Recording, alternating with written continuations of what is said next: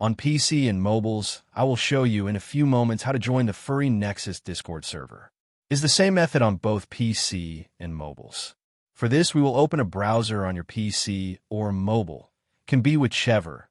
In my case, I will use Microsoft Edge. Now click on the URL bar and type this URL to be able to join this Discord server.